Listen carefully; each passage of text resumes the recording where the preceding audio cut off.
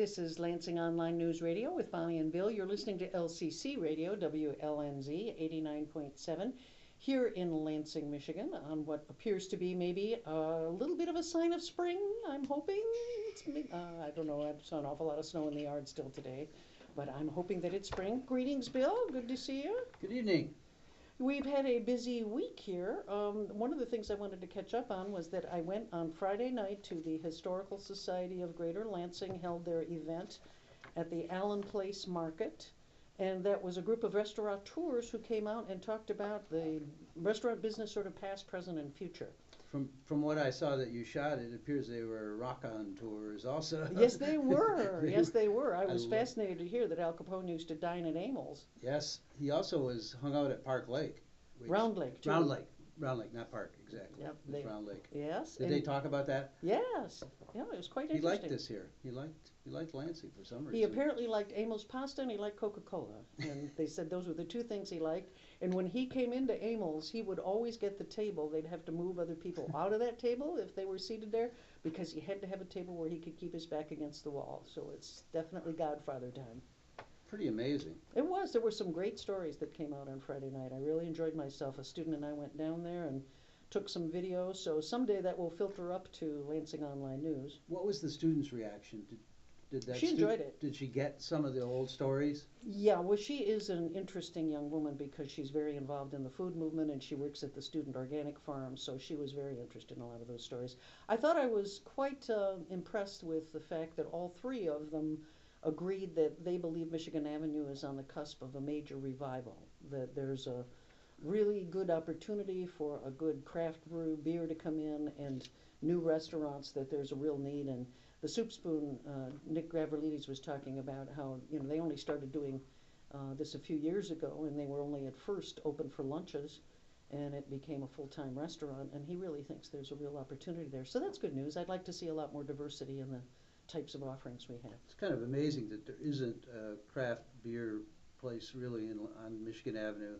Go to Grand Rapids, and there's probably 10 of those places. And there's Bell's Brewery in Kalamazoo. I mean, towns have their signature beer I have now. no idea why it hasn't worked here. Well, what happened to Blue Coyote? I mean, Blue Coyote, it should have worked. It's a decade too early. And it was too big. That place was the size of a barn. Remember, and it had the tall ceilings? It was cavernous. Yeah. I think that was the restaurant business pulled him down. Yeah. Well, that's too And bad. For Lansing, he was about a decade early. You're right, Todd. If he opened that today, it'd probably be successful. Mm-hmm. And I have no idea if the beer was any good. His raspberry wheat beer was fantastic. Raspberry wheat? Yes. Fantastic. Well, that's like, what was it in Who Was Afraid of Virginia Woolf? They said if young drinkers like these fancy drinks. It said, yes, bourbon and Wawa. You can tell the age group's getting a little young when But they want Zuby's bourbon. announced some plans, was it last week, that they purchased the pizza place. Now, that's not on Michigan Avenue, it's on Grand River. But they purchased the pizza place on the corner there, and they're going to connect it with what appears to be a rocket ship, which was kind of... The rocket ship is standalone. There's actually going to be sort of a I couldn't really walkway, tell. patio past. seating. Okay. They're calling it Cosmos, I think. Yeah. Well, Joan Nelson announced that they will be brewing a craft beer there at the Allen Street Marketplace. They're doing 2 new entrepreneurial cottage food startups, and they're doing a craft beer there. Now, I don't know where like the beer mini will be craft available. beers where they do, I don't know, 10 gallons, 20 gallons. I have no like idea. So Huh. that'll be kind of interesting. Maybe they will expand from there. We need about 10 more Jones We do. Well, I in mean, various areas of the city, because she's really turned that. I mean, it's I remarkable. didn't think what you could do it, but boy, she has been amazing. If you look back and you said, could you do what she did? The answer would absolutely no. You can't do that, especially in that neighborhood. Yeah. She's completely reimagined that neighborhood. Yeah. And as a resident of that neighborhood, I can't tell you how valuable it's been. Yeah. We are hearing from Todd Heywood, who is joining us this evening. We're going to be talking about all sorts of political issues with him. But maybe what we should do to get started is introduce, especially since I forgot to move the camera again. You've all been wondering who you're watching. We do the live webcast on Lansing Online News at the same time, and we Who's are that joined man? by... Who is that man? And why don't his lips move? We are joined by Ray Walsh, who's here to tell us about the 59th Michigan antiquarian book and paper show down at the Lansing Center on Sunday. And I thought that meant 59 years worth, but you tell me there's 2 a year. Yes, we've only been doing it almost 30 years. Okay, so almost 30 years. And this, I've been down there. It's a delightful show. Are you going to be in there with Shudokan again?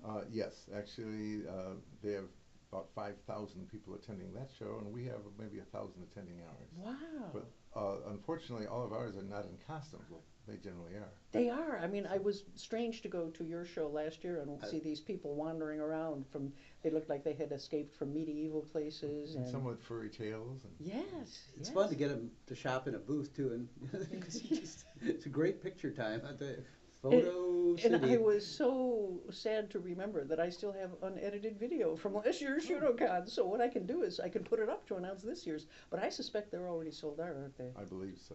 It's amazing. I mean, they do get a But remarkable it's just turnout. worth hanging around and watching. It is. I mean, But we it's can still get into your remarkable. show, right? The only, our book show is not sold out. We have about 60 dealers from 8 states exhibiting, and we usually have about 175, 180 tables of stuff. It's all for sale, and it's mostly old stuff, everything from old postcards and photographs to books.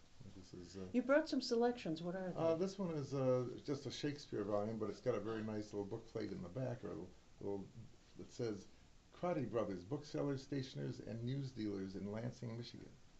So it's something. Wow. What year would you figure? This is probably from the turn of the century or so. Not the 2000, but the 1900. That was a pretty common thing for Yeah. booksellers to put their little decal in a book, and it's kind of Oh, fun really? to get those. Was it a stamp of some sort? No, it's a glued Plate? sticker. This is, Little tiny this is sticker. 1896. Oh, wow. That's Oh, one of my wow. favorite Shakespeare plays too, But Richard it's, III. Yeah, yes. It's not a rarity, but it's something unusual. This is well, we brought a few things for show Oh, and tell. Pogo, my husband's favorite. Yeah, and this one's kind of nice because it I have is met the enemy and he signed are by us. Mr. Kelly. Oh, wow. So that makes it a little bit unusual. Wow. Yeah. The show is not a comic book show. It's not a baseball card show. It's a collectible book show and paper stuff. There'll be all sorts of things, photographs, sheet music, movie posters, some children's games and toys and things, but mostly old books dating back to the 1600s and more recent things. Everything from Stephen King to first editions of Mark Twain. And it's not just rare books. There's a lot of children's books from Nancy Drew and Hardy Boys and Wizard of Oz. And there'll be some comic books and football programs. It's not a flea market, not a garage sale, but it's lots of unusual, interesting things that you don't see very often. Mm-hmm. And it's one of the largest shows of its type in the country. And Ray, what are there any trends? I know it's hard to pick them up maybe from 6 months to 6 months, but are you seeing any trends now in book collecting and paper collecting? well, it is tough to this winter has been particularly tough on most booksellers and most people in retail, just because nobody's been going in. We've been putting things on eBay, and we have a Facebook page and a website to try to sell things. So, but there's a lot of interest in a variety of things. Michigan history is still popular, and whether it's railroad stations or whether it's old cars, we still have people looking for Oldsmobile material and automobile brochures. A lot of interest in older maps, everything from the old highway maps from Michigan, and the AAA ones don't seem to be quite as popular because they were mass-produced and everybody kept them in large quantities. And also you find those often defaced because they'll use a red magic marker to mark down the route. Oh, sure, yeah. And people don't like that sometimes. Yeah. Condition is very important in older books and other paper items. This is a thing we get in fairly often, vintage magazines. I'm surprised it's not encased in Well, plastic. I took it out so Yeah, so it looks so nice. it breathes a little bit. Yeah. Otherwise, you get a lot of reflection. Kennedy assassination, Wow. and then there's also Robert Kennedy. These are not rare. Many people have saved them over the years. Usually, what people have saved is the Life magazine or the Look magazine from that time period. And those, unfortunately, because everybody saved them, it's only worth in the $5 to $10 range. Really? Yeah. Wow, I'm surprised. People like old postcards, the real photo black and white postcard. This one happens to be from the Rose Parade, Rose Festival, circa 1923. Now, does it matter if those have been circulated? Well, sometimes they have writing on the back. Usually what matters is if they use a magic marker and deface the back, or if they tear the stamp off of it, or if they clip the corners. The real photo postcards are usually ones that are more sought after, but many people are looking for geographic areas. See, this one here is kind of, people don't like that as much. Even though it was passed by the census, or rather the censor in 1942, obviously they didn't want it to know, people know where it had gone to. But they like the pictures of the old cars and the buildings. And so we get a variety of things, everything from rodeos to American Indians. This one happens to be the Rose Bowl in Pasadena, which is timely. Michigan storefronts, or storefronts in general, are quite popular. Also, topical cards like ones on Halloween and Santa Claus, particularly in his outfit or with toys. We have there's going to be people there with sheet music and military history. Just a wide variety of stuff, like prints and posters. If you name it, it's probably there. You can spend a lot of time there just going from booth to booth and seeing all sorts of interesting things. And the people many times are quite knowledgeable about the things that they have in the booth, so you get the story behind the story. Some of the people have actually written books on the subject, too. Yeah, Ray and I were talking today about something I discovered over the weekend that Burroughs, Edgar Rice Burroughs, has a strong Michigan connection, which I didn't know about, because he attended the Michigan Military Academy down in Orchard Lake, and he was there at least 4 years, and he was quite a rowdy student. I just was reading some things about him. He had a hard time staying in that school, but he had quite an influence. Michigan had quite an influence on his early writing and sketching that he did. Well, you never ran out of material for Mitt and Lip. No, that's what I was just. But see, of course, Ray knew this, and there's a person here in the greater Lansing area that's written a book about it. So it's like, whoa. Yeah. Surprise. Yeah, surprise. There's a whole book about this. So what time is the show on Sunday, Ray? The show is from 9:30 until 5 o'clock, and there is an admission fee and probably a parking fee, probably about it, but they will be I was lucky the last time. I found a place right on Michigan Avenue. You may be able to. Yeah, and sprinted across with my camera gear. And there's, it's best to get there early and to wear comfortable shoes. Last year the money machine ran out of money. But The ATM? They promise it won't happen again. Oh, wow. So I've never. That's a good sign, I guess, for the booksellers. I've never been to an event like that. Or maybe it was all the Shudo kind of people. Who knows? Hard to say. But I brought one book along here called Exploration of the Valley of the Amazon. This is part 1, and it's nice because it has a lot of different plates, and people like interesting pictures. It's 1853, wow. So it's not just a new little book, but the area has certainly changed a bit over the years. I guess so. Little pastoral. Yeah. The books on exploration and mountain climbing are very popular. And also cookbooks. Oh, There'll be a wide variety of The thing is, it's everything from science fiction, mysteries, a lot of first editions. One of the important factors is the dust jackets and the condition of the books. Yes. Because books that are in fair or poor shape, people generally try not to bring to these shows. And most collectors now, because of being the availability of things, are a little bit more selective in what they're buying.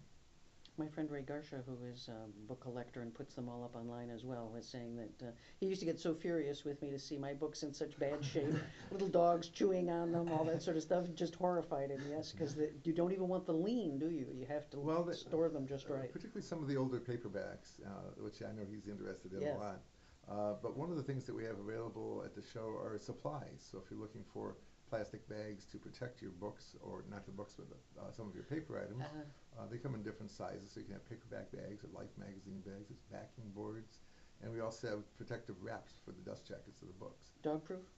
Well, not necessarily, but dog-proof, mouse-proof. It does keep dirt off of it, and in some cases, unless you're a severe hoarder, it will keep the moisture off of it too. A woman gave me her card. She's out of town, right? Has your phone number on it. Dog eats it as soon as I get home. Yes, it's a real problem.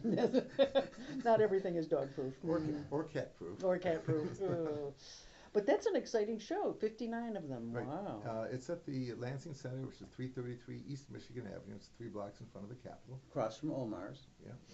That's handy.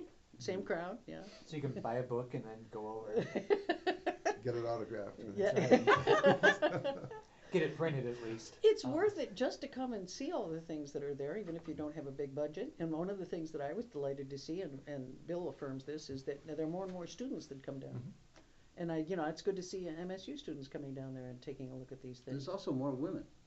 Oh, really? I Oh. mean, The 10, collectors 20 used to be years men? ago, And there weren't as many. one of the things that's also changed the dynamics, in addition to the technology that's changed, but some of the older collectors now are passing away, and their heirs are contacting various dealers. This is the first show of the year for many people for spring, so they bring a lot of their stuff there. It hasn't really been looked at by a lot of, so it's first choice. There's a show in Chicago coming up, and there's a show in Ann Arbor in May, and then there's different shows. But because this is one of the first shows in the Midwest, and the snow, if we're lucky, will have all melted, a lot of people, we hope, are going to come out and find treasures, because these haven't been exposed, so to speak. Yeah. Yeah. You don't- never know. Just full disclosure, I do sell at this book sale. Yes, you do. I'll tell Ray about an interesting book I have that no one in the world will want, but it is from May Sarton's father to her. It was a childhood book that he gave her. Who was May Sarton? May Sarton is, what would you call, a modernism writer? Yeah. Pretty, Yeah. I can't name a particular title she wrote because I don't read in her genre, Okay. but Eclectic. she's very eclectic, but she's, and you can tell the way he wrote this, this gift, that it was hers, and she's pretty famous, especially among women authors.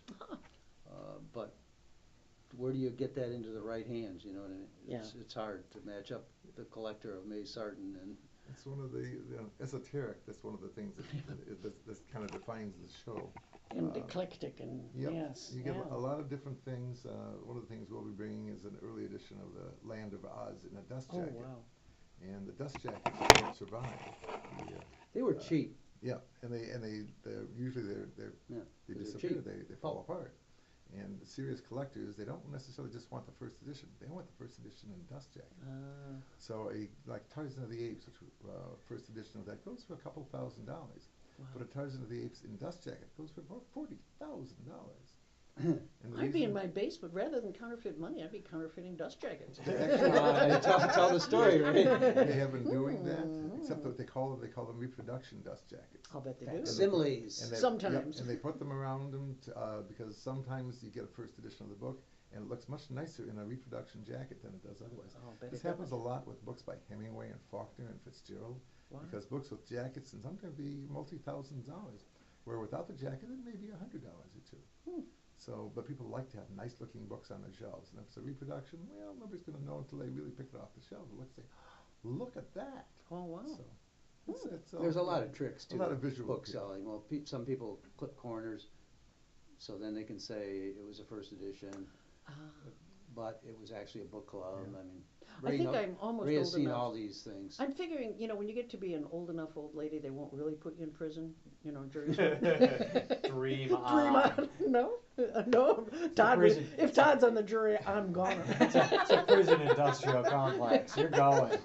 Because I'm always like, my grandfather did a little time in a federal pen. So I you'd always be thought good- fine you'll- family tradition. You'll have a prison newspaper going? Yeah, yeah. Prison radio show? Yeah, Right. a little webcast out of my She'll be in the hole within the first 24 hours for trying So I'm to just get wondering them. which of the different crime areas I should get into, Probably not books.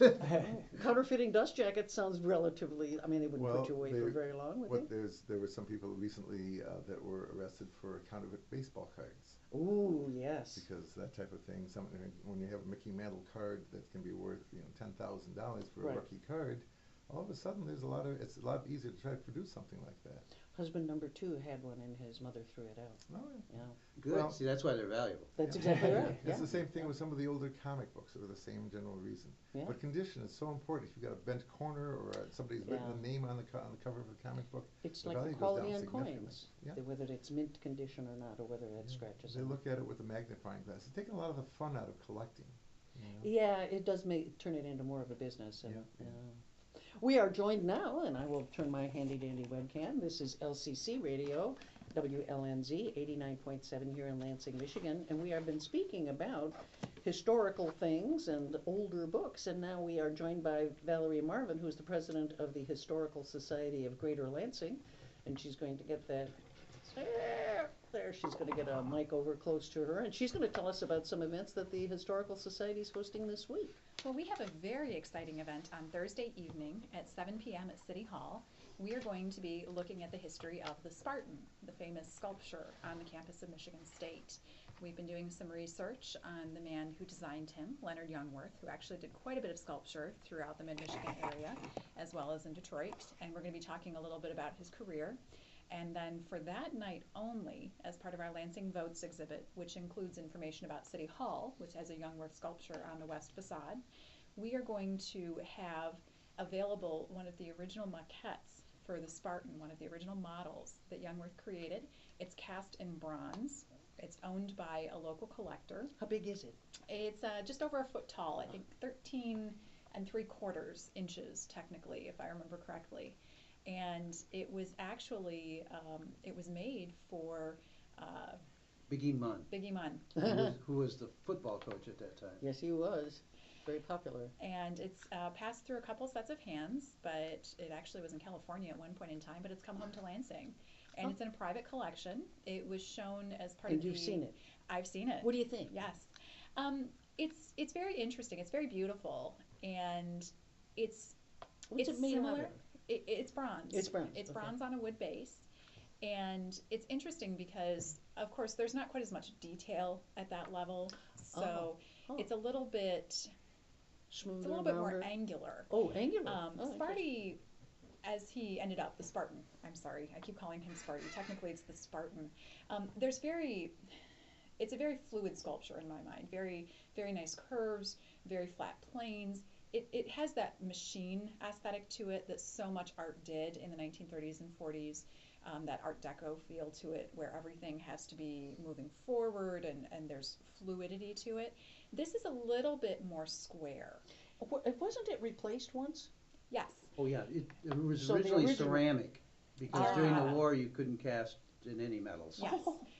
The work on Sparty started in 43. It was about a 2-year process. It's actually supposed to be inspired by a sculpture of a Trojan that's out at the University of Southern California, I believe it is. One of the bigwigs at MSU went to California and saw this, and he came back and said, let's create a Spartan. Well, Youngworth was already on the faculty. He had joined the faculty about 1940 or so. College of Art? Yes. Yep, and he taught sculpture there until his death in the early 1960s. And so this actually falls pretty early in his career with MSU. You know, a lot of us sort of think of it as, you know, his crowning achievement, but he'd only been there for a few years. And he would stay actually until his death in 1963. But because it was made during the war, it was actually made out of terracotta. It was cast in 4 pieces. And I suppose that was probably a good thing to the extent that, as his son-in-law told me, it washes well, so every time it's been painted blue and gold, Well, I see. they could scrub it down. Yeah. But just a few years ago, they actually retired the terracotta That's sculpture. what I thought. It's in Spartan Stadium now, I believe. Right, it's in the lobby of Spartan Stadium. And they cast one in metal, Okay, finally, that's what I after all these years. Mm. So Which what weighs considerably less. Interesting. Terracotta one weighs 6,600 pounds. Oh my God. And I don't think the other one weighs half that, does it, the bronze? I don't know. I think it's about half the weight. I was surprised. I think that's about what my car weighs. Yeah. I was delighted to see that my friend Glenn Stutzky, who does the zombie class, the zombie, visited the Spartan last week, and I one think of my everyone students visits the Spartan took some pictures eventually. of them together. I always think that's good. I like that. Oh yeah, that's great. That is such a landmark on campus. It is. And you're going to do something special while you're there. We are. We are actually, not only will we have the maquette there, which people are welcome to come and take selfies How with. is maquette spelled? Maquette. Okay, that kind. We are also Not working, a term I was familiar with, so I'm glad to know. it's basically a fancy word for model. Okay. We've Artsy. also been working with Leap, and they are going to be loaning us their 3D printer for the evening, and we are going to be producing a Sparty in green resin or whatever it is on the 3D printer, actually. So history combined with modernity, very much so. And we will hope it goes well. I watched one of those little videos online the other day with a guy who tried out his 3D printer and ended up with a large blob of very hot plastic. Well, we've had a trial run. We've done a trial run, but that's with someone else running it other than myself. That would be good. But I saw some today. I saw this big clump of stuff when I was out at MSU, and I said, "What's that?" He goes, "That was supposed to be a Nerf ball." See, yeah. Just yeah. didn't work. Yeah. This is not a science. No, not 3D yet. printing is like, I ask, how long is it going to take to do this? 3 to 7 hours. That's Yeah. kind of a big window. I mean, Right. they really can't tell much about it. We're not at Star Trek replicator level Oh, yet. I gosh, mean, no. because you're certainly not going to be getting food out of that plastic resin. So it's sort of garbage in, garbage out in terms of what you put into there. So there's a lot to be worked out. But when it with works, the it 3D works printing. nice. I saw a bicycle chain. Yeah. That's pretty complex. Yeah. And it moved. And right, it is functional. articulated. So if you're on the space capsule, That's exactly right. or- For you NRA people, you can make a gun with it. Yes, That was that's big really a Right, delight. we didn't do that. Well, what fun are you? Yeah. Mm. But I could see why the gun would not be reliable. So now this is Thursday, and if Thursday people evening. want to watch the 3D printer in action, what time should they get there? 4 to 7. Depending. Or No, it's you can gonna take- camp in the it'll lobby probably with take Bill all 3 night. hours to Or do it this could take little 7, or maquette. could take a year and a half. Who knows? It's Sometime it'll be done. now, were there 2 events this week? Yes. On Wednesday, we are starting our brown bag series. Also in conjunction with the Lansing Votes exhibit that's up in City Hall through the end of the month, we are going to be hosting a series of speakers for the next 4 Wednesdays at 12:10. There'll be programs that last about 20 minutes. People are welcome to bring their lunch down. We'll have some tables set up, and each week we'll be looking at a different topic. This week, Karen Douglas is going to be talking about the Morlock quadruplets. I looked at some pictures today. Yes, they were the first identified quadruplets, identical quads to survive. Born at Sparrow Hospital on May 19th of 1930. They were cute too. They were adorable. 4 little girls. Their mother always made them these little matching frilly dresses with And lots they were of tap ruffles. dancing in the one eye. They tap danced. They sang. They were a vaudeville act for a while. That's how you support those 4 kids. Oh, absolutely. And Karen will be talking about them this week. And then next week, I will be working with Maureen Hurton to do a program about the history of the Carnegie Library in downtown Lansing and how that came about. Very interesting story and something we totally take for granted today, our public libraries. Yes. The following week, Mayor Hollister is going to come in and talk a little bit about his work inside of the mayor's office trying to retain General Motors in the late 90s during There's his the administration. documentary being done on that.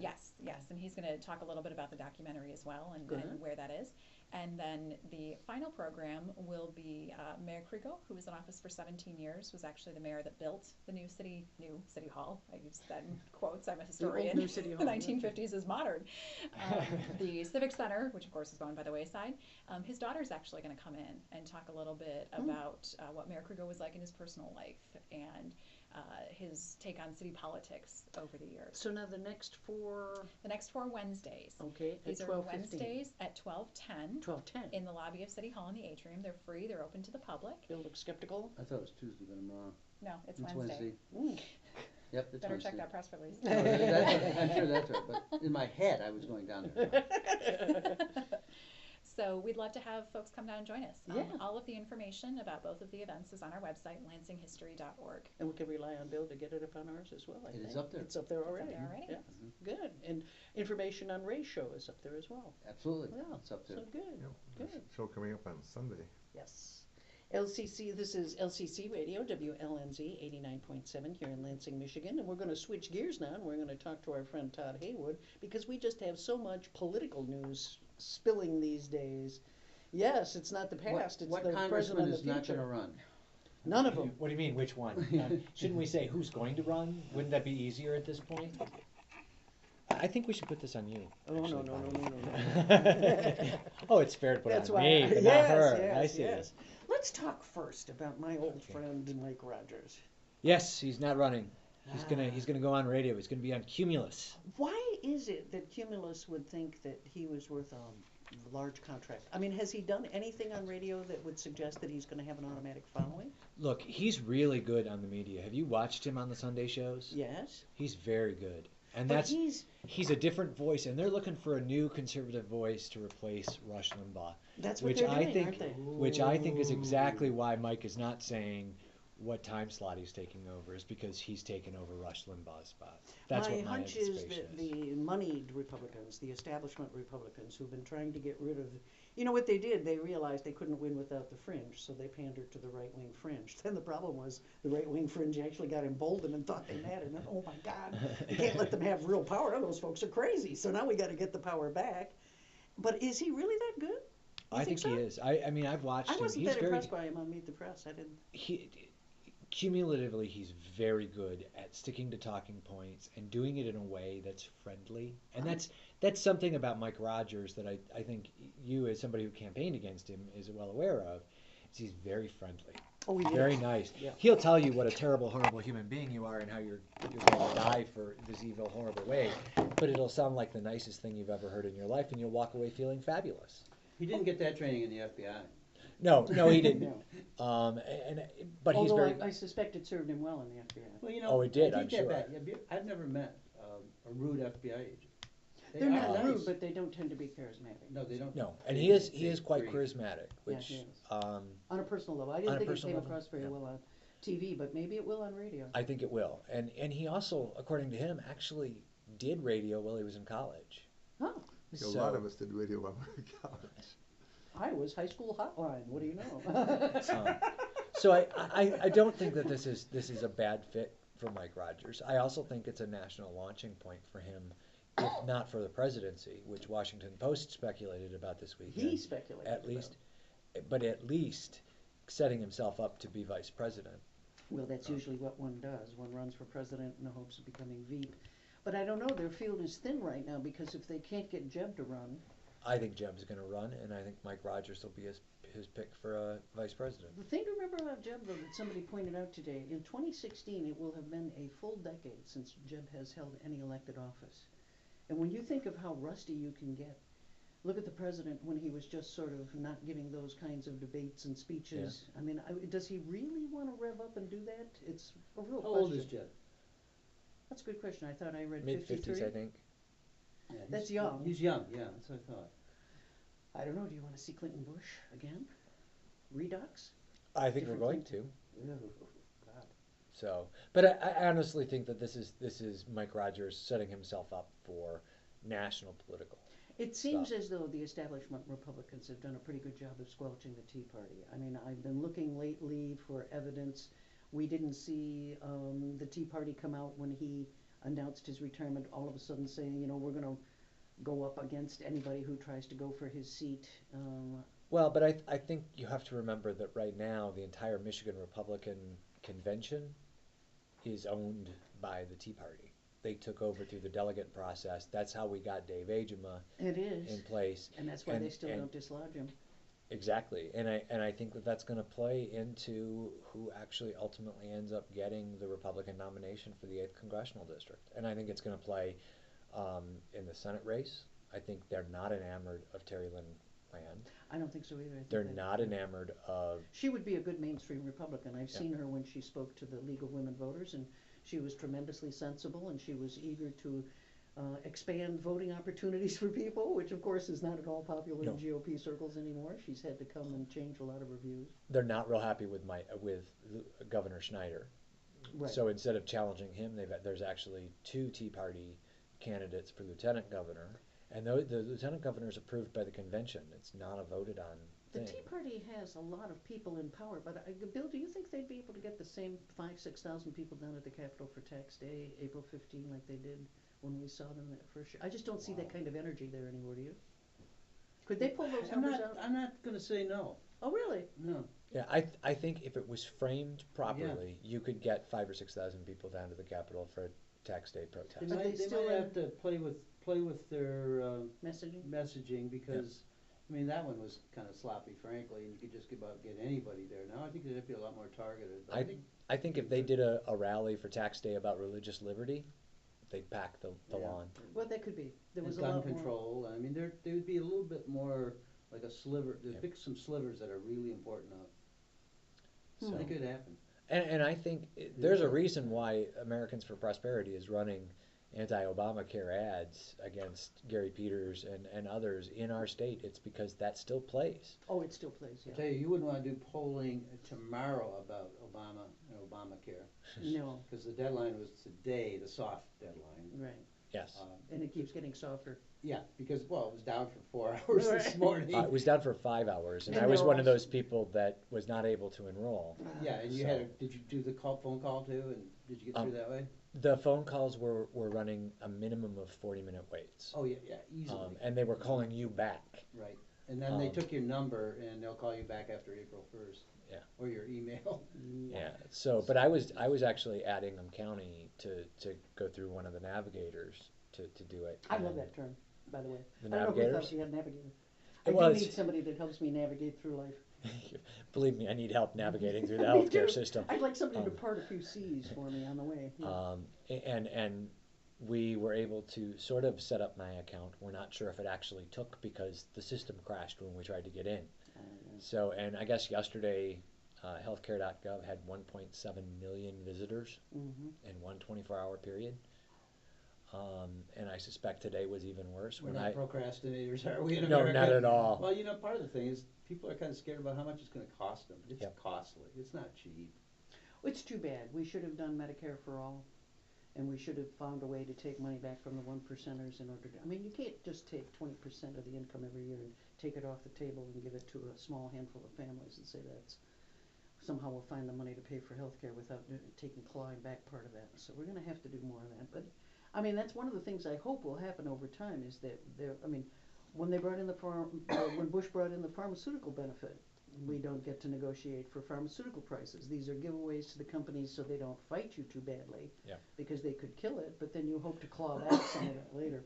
Well, and I think we see that clawed back in the Obamacare initiative. We do close the donut hole, which was the big problem with Bush's sort of a donut is on drugs, is that there was a big giant hole that. But left until we people with drop money. this, you can't raise revenues on anything. We're really kind of doomed. Well, and I think the pendulum is beginning to swing on that. And I think, frankly, if you look at Dave Camp's tax proposal, another Yes, let's congressman talk who's about not that. running, He just announced today, right? just announced this afternoon that he's not going to seek re-election after Is he going to play 20-some sidekick on the years. radio show? No, he has not announced any future plans.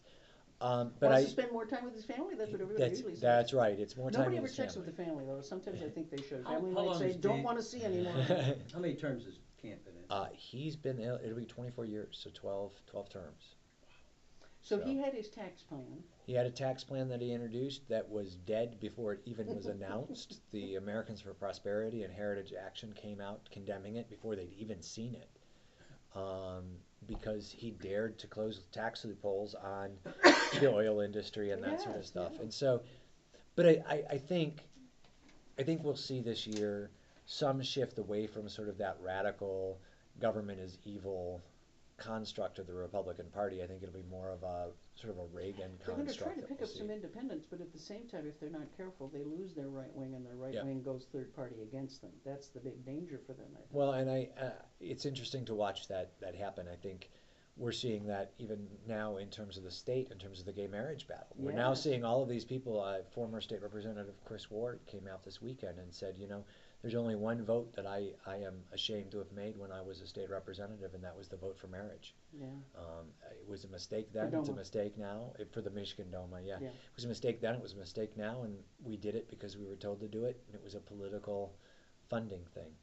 I have 3 students who've been covering that issue and for our Journalism 300 class, and I get anguished emails every day saying, "Whoops, wait a minute, it's going to be a little late. Whoops, do you want me to turn it in now and write another one? Whoops," because there's been so many twists and turns on that plot along the way, including, if I'd like to go to the most recent one immediately, which is that Todd and I are both our old pal Kyle Bristow. Oh yes. And Jason Van Dyke. Let us not Yes, forget well, Jason. I don't Soap have- and Work Van Dyke. But he was from Texas, and Kyle was here on the MSU campus. Correct. But Jason And was actually hiding stoking it. all of that. He wasn't hiding. Oh no, he didn't hide. My friend, my student Jessica Lepowski, she interviewed him on camera. I ran the camera, and we've got a 2-part video with Kyle from his college days when he had a number of odious views, and he has since gone on to get a law degree from the University of Toledo. That's right. That and he's now back in Michigan in Clarkston, and he filed an amicus brief with, oh my goodness, the Traditionalist Youth Network, Correct. LLC, and that was the group that he's now affiliated with, and they are basically white nationalists who have somehow now drifted into LGBT issues. well, white nationalism has always been anti. Yeah, but it wasn't their focus, but now Oh, apparently they're really When the going to- KKK has always been on the steps of the Capitol, Well, and the true. neo-Nazis, Yeah. it's the queers and the people of color that they attacked, and Yeah. mostly it was the queers because they got a better reaction from the queer nationalists that were in the crowd throwing things at them. But it's always been white nationalism is an anti-gay process, so there's no surprise in that. No. What's surprising is how virulently Oh, yeah. violent this The particular rhetoric brief was, is. yeah. I mean, it's a 28-page brief, and I would say probably 13 or 14 pages is spent going over the history of how we used to kill queer people in Western culture. And we shouldn't be giving that up from their view. I Yeah. mean, they seem to think that is the past should be predicate for the future. Kyle himself, while he was in law school, brought out a book on the Solutrean hypothesis, which argues that the United States was originally colonized by white people who were then killed off by people of color. And it's sort of in that.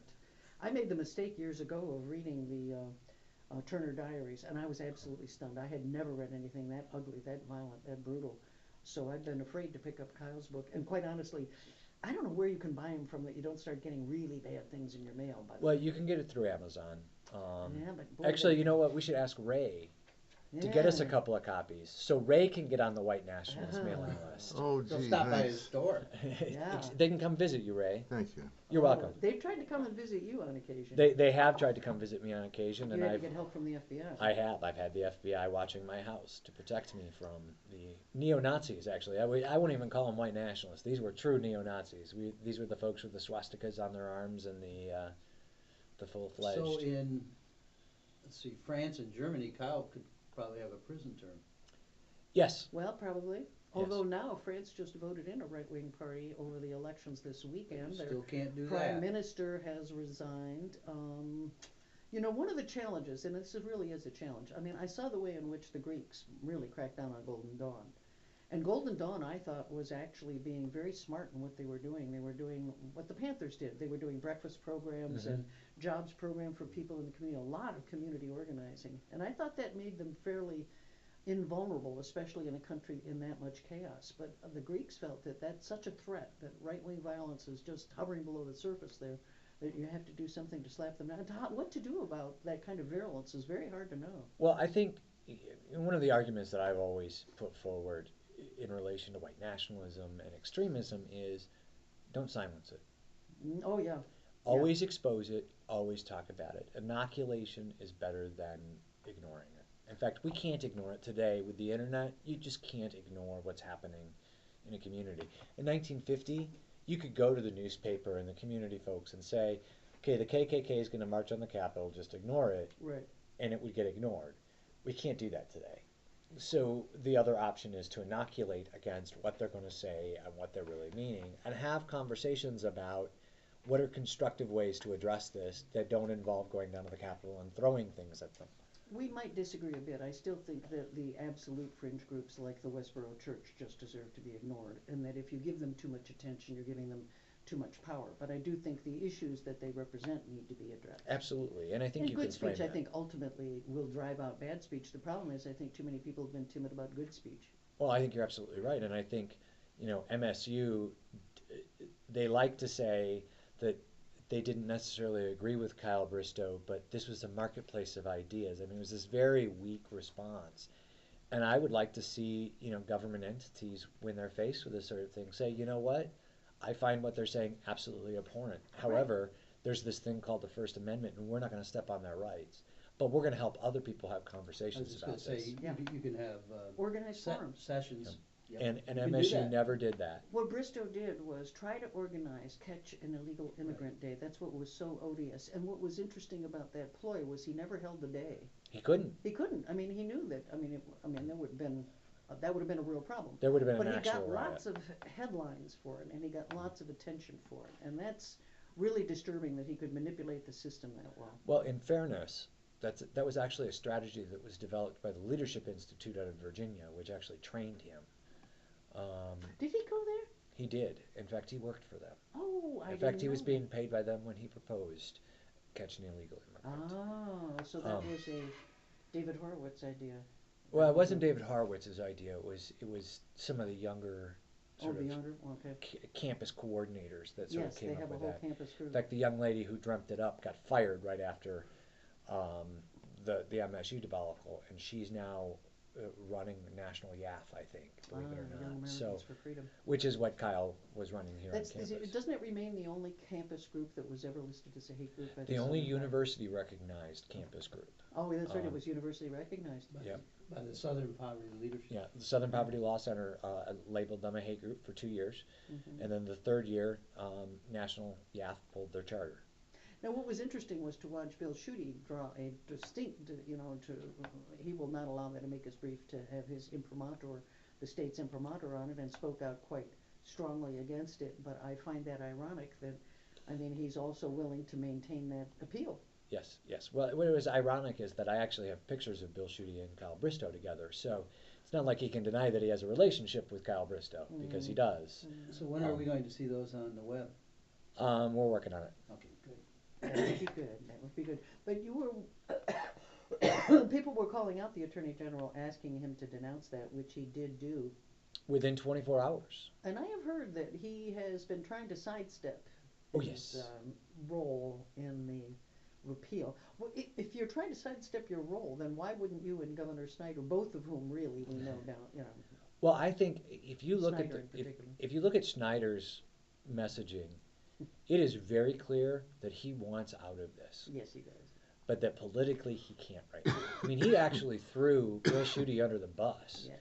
and said that Bill Schuette was not going with the trend of gay marriage and LGBT equality. Yes. Schuette is pursuing this because it's his own religious value system. This has nothing to do with his claims that it's about voter rights. In fact, the judge clearly shot that down when he said, for all their arguments about people's rights to vote, they've forgotten the one most important thing that's core to this case, and that's the people. He's been shut down over and over and over again on that.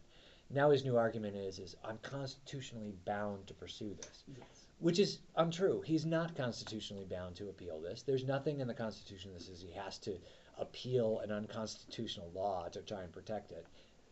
In fact, he swore an oath to uphold the Constitution, both the state and the federal. We now have a federal ruling that says that a state constitutional amendment is a violation of the federal Constitution. And under the Supremacy Clause of the United States Supreme Court, that means that it's unconstitutional, and there's not an obligation then to pursue an appeal because you've been told that there's a violation of the U.S. Constitution. This is LCC Radio, WLNZ 89.7 here in Lansing, Michigan. We're talking with Todd Heywood about what has transpired with the appeal lodged by our Attorney General and the same-sex marriage case. And I think one of the sadder things is that it was so delightful to see some of those couples get married that Saturday morning. Barb Byram held the first marriage out at the Ingham County Courthouse in Mason, and that happened in 4 counties, and 323 couples were able to squeak in under the wire before those rights were taken away. But now they live in this terribly muddy area where Eric Holder says that the federal law will recognize them, their marriages, and Governor Snyder saying no, they won't until the appeal grinds through, and it's left people in real limbo. You file state taxes differently than you would file federal taxes. Your adoption is legal at one level and it's not legal at, this is just a disaster for people. How long will this grind on? It's probably going to be another year at least. You can't leave people in limbo like that for a year. Well, I'll be honest with you. I think what we're going to see at the end of the day, one, Bill Schuette is actually doing this a favor. This is the case that gets to the Supreme Court. that gets to the Supreme Court, that gives the Supremes a clear trial record of just how ridiculously stupid the argument against marriage is. And how equal protection isn't equal protection. And the judge was very careful on that record. You could tell. Judge Friedman? Yes. Yeah. Judge Friedman's ruling was legally incredibly sound. It was probably one of the most incredible rulings I've read. And it drew a lot actually pointing to the dissent in DOMA in Windsor, as well as pointing to the majority opinion. So I think that's the case more so than any other cases because it's the only one that has a trial record attached to it. And I thought that was probably, I mean, although I think a lot of people were frustrated at how it slowed down the process for them individually, I think he really did build a record that will be a valid one headed off to the Supreme Court. And I think that definitely played a role in it. And I think the other thing too is that he played his hand a little early when he asked the plaintiffs to add a challenge Yes. to the marriage ban. Yeah. When they just wanted adoption rights, and Yeah. they were like, well, okay, if the judge wants us to challenge marriage, okay. And there was a lot of pressure put on them not to do that. Well, there's been some questions about which cases should go Yeah. first, which are the strongest. And it's amazing to see all of these groups that were behind the scenes telling them to shut up and not do it, now coming out going, aren't they great? Isn't it fabulous? We're amazing. Michigan's great. They did good things. Yeah. And I think But getting ultimately, it through SCOTUS isn't going to be quick either. no, I think we're going to see, I think the appeals court will pick it up and we'll get a ruling from them by this summer. I think they'll expedite it. And then I think we'll see it go immediately to SCOTUS, and I think SCOTUS will pick it up. So I think by June of next year, so June of 2015. I want to see the questioning. God, I wish they would put cameras into the Supreme Court. I would love to see the 3 women justices on this issue, because from what I guess it was worth a ticket to see it when They could charge. Yeah, they are really coming on strong. It's very interesting to watch. Yep. You know, you were talking about the Attorney General, and I was thinking he wasn't quite as worried about the Constitution when there was that nice referendum on medical marijuana in Michigan. Well, and you know, Between the Lines did a pretty phenomenal editorial on that, calling him a liar. Yes. And I think that that's accurate, because he has not respected the Constitution. When the people voted for medical marijuana, he's gutting it. Yeah. The people voted to end the emergency manager law, and what did he do? He let Right. the state legislature turn around and pass the exact same law. Right. The wolf hunt.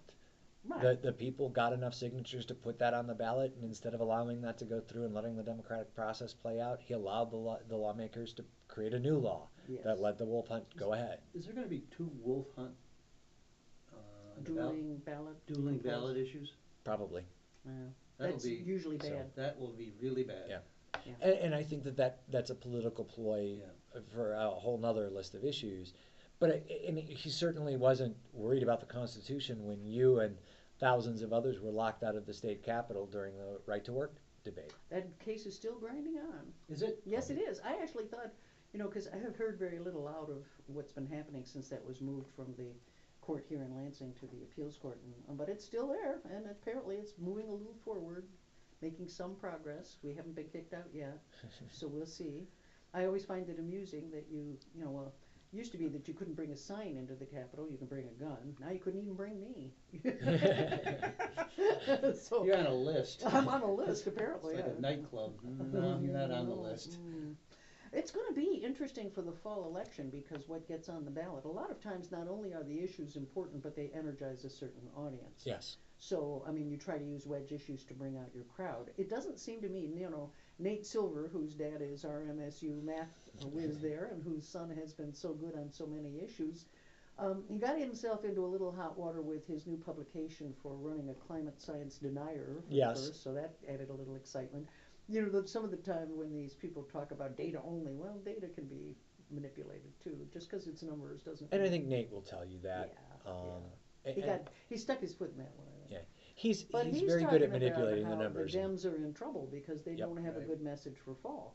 And if, as it stands right now, unless the messaging on Obamacare changes, see, the problem is there's people like me who, from the left, think it was a sellout. And Well, so yeah. then you've got people from the right who think it was a disaster. And then you've got all the people who tried to sign up that couldn't. who are just upset about the system itself and the clunky bureaucracy. Yeah. And then you're bringing up the issue of cost, which is it isn't as cheap as people had expected or hoped. No, I think people are quite surprised how much it's Yeah. going to cost them per month for healthcare. And it's too bad because we're what it talking costs. about But it's a very not cheap. and I was just rereading Dmitry Orlov, and he's the person who compared the fall of the Soviet Union to the economic collapse he sees on the horizon for the United States. And he said, when you really look at it, we have this disastrous food system, we have this over-expensive health system, no public transportation, so people ride around in their cars all the time. He said, we're the unhealthiest people in the whole world, and we pay through the nose for They it. put more people in prison. Oh, God, I mean, it's just... You don't want to read those things. No. Well, I I think the Democrats are going to have a difficult time, at least with their current message, the job-killing business taxes. Really? That's the most important issue to the American people? How about the fact that we balanced the budget with $1.8 billion of tax increases on the average person? That's a story. How about the fact that we have giant potholes on our street because we haven't invested in our communities in a decade? Look at the one down in Detroit. That, I mean, it would suck half the That was city a down. cavern. Well, Gee. we've got the one that was right over there on Harrison Oh, that that's right. half the truck was in. Yes. There couldn't have been a better photo. No, really not. I was truck comes picking out up a to student repair in it. Brody, and she said to me, she said, "Well, no, you're not going to be able to pick me up in front of Kellogg." And I said, "Oh, why not?" And, I drove by. Whoa, it's still there. It's huge. Yeah, it's and the roads are literally it's like driving through a bombed out area. It's Third world countries have better roads. absolutely. And We have and I- disastrous airports. I mean, you go to fly to any other country, and it's really bad. I think so. I think if the Democrats shift to that message, and I think we're starting to see that happen, I think they have a real opportunity. But they've got to really seize on the message that this is about people. It's not about corporations and government giveaways. Here's what I think is going to happen, though. You were bringing up earlier, and we were talking about Mike Rogers having a radio show. There's no way in the world that a nice, bland, centrist message is going to draw the kind of audience that Russia's been able to. I mean, one of the things that we know is fear and anger are huge motivators compared to just, oh yeah, that's probably right. You nod politely. That doesn't really make people, No, make sure it's destination People listening. listen to Rush for a reason, or did listen to him for a reason. Yeah, well, and I think Yeah, they're. he I- gives them a rush. Vitriolic. Yeah. I think Mike is going to give them the fear that you're talking about. Because You he do? talks in very calm, measured tones Yeah, but they don't like about how comedy. Obama is threatening us all with international crisis and he's ignoring the terrorist crisis. But they don't and like that- the message that way. You That's know not what? fun. That Click. scares. Yeah. Look at the TV ratings whenever he's on any of the talk shows. They spike up. But that's not the Tea Party audience, and it's the Tea Party audience that listens to Rush. They only watch MTP because they want to have a little fodder for what's Rush going to say about it the next day. Yeah, but I don't think he'll get the ratings. we'll see. And who knows? At the Maybe end of the maybe day, he'll one come thing out we with. know about Cumulus is that they will care about ratings. I mean, Yeah. some of these right-wing Yeah, they'll sell them in a networks, second. yeah, they Well- will. There's no telling. I mean, let's be honest. Mike Rogers is certainly capable of reinventing himself. He's done it several times in his political career as well as his regular career. But I would be remiss. So who is going to go up against him? We saw Verge Bernero insist that he wasn't going to, and now he's busy asking people, should I? Should I? Yeah. Well, we see Sam Singh said no Right. today. Yep. Mark Meadows has said no. Gretchen Whitmer has said no. You know? Barb Byram is looking at it seriously, and it's my Yeah. understanding that Barb Byram is on sort of the top of the DCCC list. I would think. Bob Alexander, the I've run 12 times candidate for the 8th Congressional, has announced he's not even seeking it. What about Um, Lance yeah. Enderle? Lance Enderle is not seeking it. Well, then, Curtis Hertel has said he's not going to seek it. well, he's already looked, yeah. Yeah, he's Bonnie, you've happy had to some go for Senate. experience in that district. Yes, I have. I So vowed can that we, if... are you going to seek it? No, Okay. not a chance. I'm not even going to go for the Green Party route this time. Why not? Well, you know why? It's because I want to keep the radio show, because then I can be nasty to everybody, on both sides of the aisle. Okay. And that You can't when you're a no, candidate. no, you can't do that. Although that's going to be interesting for Mike Rogers, because at a certain point, if you build up enough of a radio audience, then you really You have to be very careful. have to be Yeah. very careful. Yeah. That's why you don't announce till late. I want to give Valerie about 30 seconds to say something about an event the week after. Ah, okay. On April 10th, we are going to be going to the Board of Water and Light train station in Riotown, and we're going to be hosting Michael Hodges that evening, who has done a book actually on Michigan's historic railroad stations. Oh, cool. And he's going to be coming up. He'll do a talk that will cover railroad stations from across the state, and people who come into the station that evening will have a chance to see the interior, tour through, and it's a really great opportunity. Again, that's another free program that's open to the public, April 10th at the Riotown station. at 7 p.m. Riotown Station. And is that currently closed? So Well, it's a Board of Water and Light building. They hold their commission meetings there and they use it for various functions. It's open for some public events. So Okay. they're allowing us to use it that evening. okay. Well, I want to thank our guest this evening, Valerie Marvin from the Historical Society of Greater Lansing, with the events coming up on Thursday evening, and Ray Walsh Sunday at the Lansing Center with his Antiquarian Book and Paper Show, and Todd Heywood, who will be appearing. I don't know, maybe start running for something one of these days again. No. No, just a resounding no. Yes, I think I've had my time with that. both of us have left electoral politics behind, at least for now. I'm much better on the outside throwing bombs. I mean, asking questions. He will be back soon, but tune in next Monday night when we'll have a few more bombs to lob. And this is Lansing Online News Radio with Bonnie and Bill, WLNZ 89.7 LCC Radio here in Lansing, Michigan.